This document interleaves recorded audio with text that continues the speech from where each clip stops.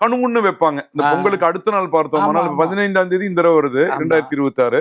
16ஆம் தேதி கணுன்னு சொல்லிட்டு முன்னாடி நாள் பண்ண அந்த அரிசி சாதத்துல கொஞ்சம் மிச்சம் எடுத்துட்டு அதுல மஞ்சள் குங்குமம் அதெல்லாம் கலந்து மஞ்சள் சாதம், சிகப்பு சாதம், வெள்ளை சாதம் யாருக்கு வழக்கம் இருக்கோ நம்ம சகோதரர்களை நினைத்து அந்த சகோதரிகள் வைப்பதுங்க. அதாவது அந்த சூரிய உதயத்துக்கு முன்னாடி ஒரு 1 hour முன்னாடி வச்சிருந்தோம்னா காத்தால போய் மொட்டை மாடல ஓப்பன் ஸ்பேஸா இருக்கணும்.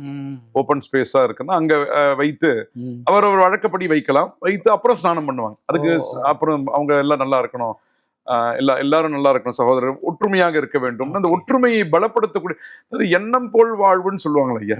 அப்ப எண்ணத்தை நம்ம தாட்ஸை பியூரிஃபை பண்றது, பலமாக்குறது, ஸ்ட்ரென்தன் பண்றது. அப்ப எண்ணங்கள் பலமா இருந்தா எல்லா காரியங்களும் பலமாயிடும். எல்லாத்தையும் மாத்தக்கூடிய சக்தி உங்க எண்ணங்களுக்கு இருக்கு.